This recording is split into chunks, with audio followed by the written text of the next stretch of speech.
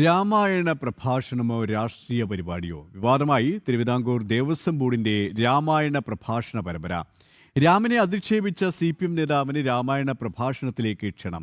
CPM നേതാവായ AG ഉലീനിയാണ് Ramayana പ്രഭാഷണത്തിന് ക്ഷണിച്ചത്. ഹിന്ദു സന്യാസിമാർക്കും ആചാര്യന്മാർക്കും പ്രഭാഷണത്തിലേക്ക് ക്ഷണമില്ല. ഗാന്ധിജിയുടെ രാമായണം എന്ന പേരിൽ രാഷ്ട്രീയം കുത്തിനിറക്കാനും നീക്കം. വിമർശനവുമായി വിശ്വ ഹിന്ദു പരിഷത്ത്.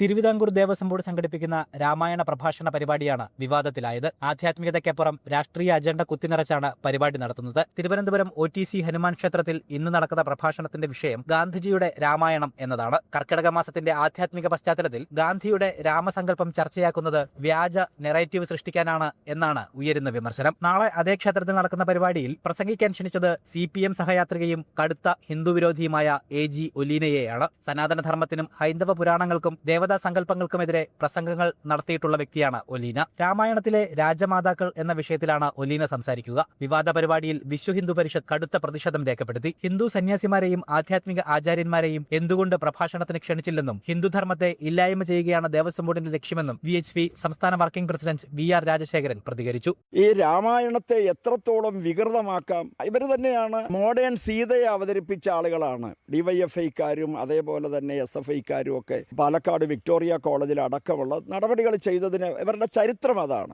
ഒലീന അവരുടെ രാഷ്ട്രീയ പശ്ചാത്തലം, അവരുടെ പ്രവർത്തന ശൈലി ഞാൻ ചോദിക്കട്ടെ, ഒരു ഹിന്ദു സന്യാസിയെ കണ്ടില്ലല്ലോ, ഒരു ഹിന്ദു ധാർമ്മിക ആചാര്യനെ കണ്ടില്ലല്ലോ. ഈ പുരാണത്തെ സംബന്ധിച്ച് ആധികാരികമായി പറയുവാനുള്ള പണ്ഡിതന്മാരടക്കമുള്ള മണ്ണാണിത്. ദേവസ്വം ബോർഡിനെയും ദേവസ്വം ബോർഡിന്റെ കീഴിലുള്ള ക്ഷേത്രങ്ങളെയും ദുരുപയോഗം ചെയ്യുന്നു എന്ന് വേണം പറയുവാൻ. വിവാദ പരിപാടിയുമായി മുന്നോട്ടു പോവുകയാണെങ്കിൽ ഭക്തരെ അണിനിരത്തി പ്രതിഷേധം സംഘടിപ്പിക്കുമെന്നും VHP വ്യക്തമാക്കി. ഗോകുൽ രമേശ്, ജനം, പത്തനംതിട്ട.